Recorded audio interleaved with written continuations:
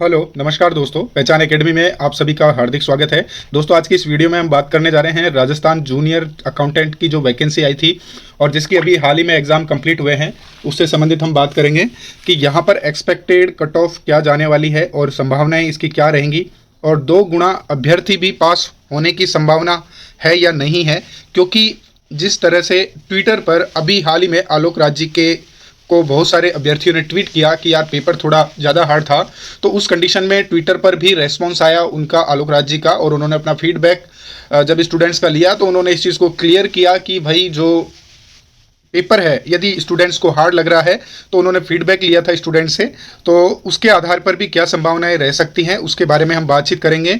और 2 गुना अभ्यर्थी अगर पास नहीं होते हैं तो उस कंडीशन में, उस सिचुएशन में क्या हालात होंगे और क्या आपके लिए गुंजाइश बनेगी, इन सब चीज़ों पर हम बात करेंगे। आप सभी को बाकी सारी बातें पता हैं, अभी आपका एग्ज़ाम हुआ है, एक्सपेक्टेड रिजल्ट डेट के बारे में और आगे की जो भी प्रक्रिया है उसके बारे में मैं आप लोगों को अपडेट देता रहूँगा।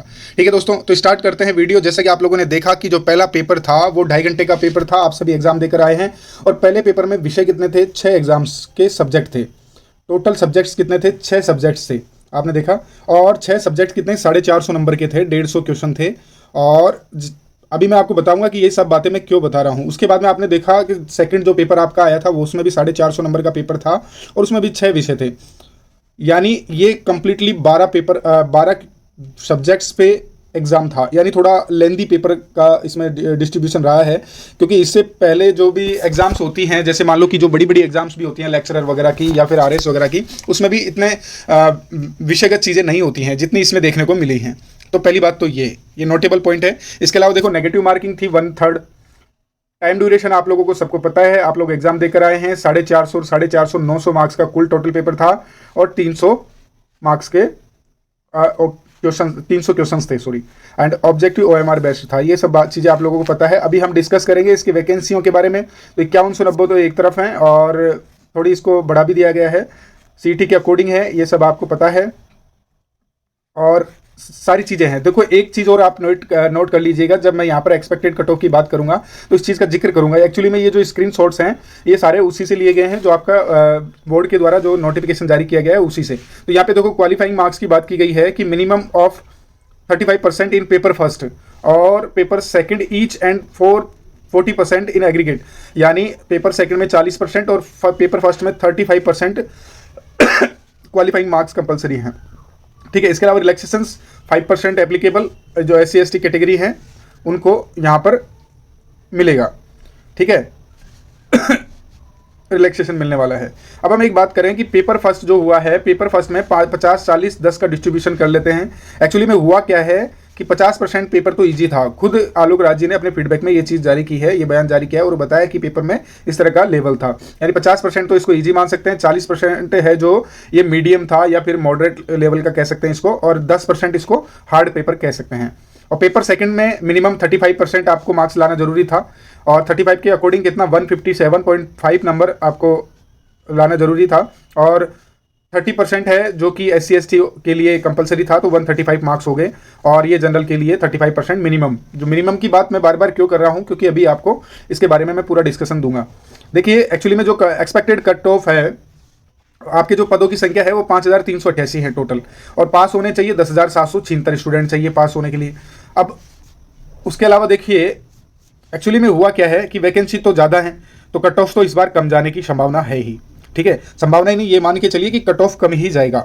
लेकिन एक्चुअली में पिक्चर कहाँ उड़ी हुई है, कहाँ फंसेगी, जब पेपर सेकंड का आप इसमें मिनिमम मार्क्स जो हैं यानी 157 जो मिनिमम मार्क्स हैं, यहाँ पर कई स्टूडेंट ऐसे होंगे जो पेपर सेकंड में भी जो 35% है उसी में लुढ़क जाएंगे। यानी ये 35% जो मिनिमम मार्क्स हैं वो भी अचीव नहीं कर पाएंगे। तो ऐसी सिचुएशन में क्या हालात बनेंगे, हो सकता है कि जितने पोस्ट हैं, जितने कैंडिडेट्स चाहिए उतने कैंडिडेट भी एग्जाम को क्वालिफाई ना कर पाएँ। तो ऐसी सिचुएशन में या तो बोर्ड क्या करेगा, वैकेंसीज को जो है उसमें पद खाली हो सकते हैं।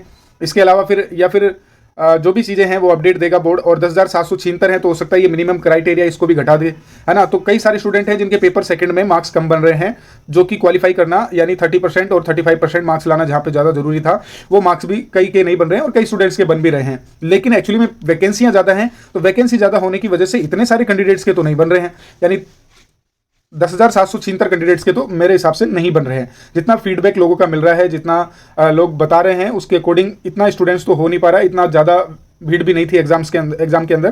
तो अब आपको बता दूं, मैं पेपर फर्स्ट में 450 नंबर का पेपर हुआ है। एक्सपेक्टेड कट ऑफ की बात कर लेते हैं तो एक्सपेक्टेड कट ऑफ जनरल में कैटेगरी के अंदर जिस स्टूडेंट के 400 से, जिस कैंडिडेट के 400 से प्लस में मार्क्स हैं, वो कैंडिडेट अपने आप को सेफ जोन में माने और वो बिल्कुल यहाँ पर 400 प्लस की समथिंग कट ऑफ जाने वाली है। इसके अलावा ओबीसी कैंडिडेट के लिए भी 400 प्लस मान के चलिए, और एससी एसटी के लिए 370 से लेकर के 390, ये दोनों पेपर्स को मिलाकर मैं बात कर रहा हूँ, दोनों पेपर्स को मिलाकर के 900 में से।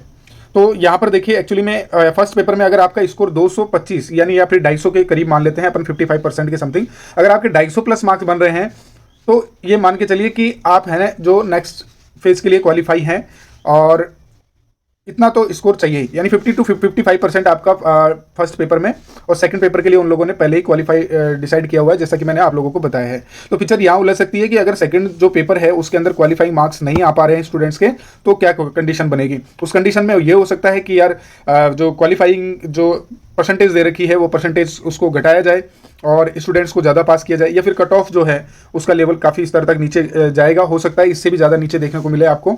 लेकिन एक एवरेज अगर हम बात करें तो इतनी ही कट ऑफ के आसपास कहीं कट ऑफ आपको देखने को मिलेगी। ठीक है दोस्तों, ये रही कट ऑफ के बारे में वीडियो जूनियर अकाउंटेंट से रिगार्डिंग। अगर कोई क्वेश्चन पुटअप करना है तो एक्चुअली में आप यूट्यूब पे कमेंट भी करेंगे तो मैं आपको डायरेक्टली उसका रेस्पॉन्स दे दूंगा।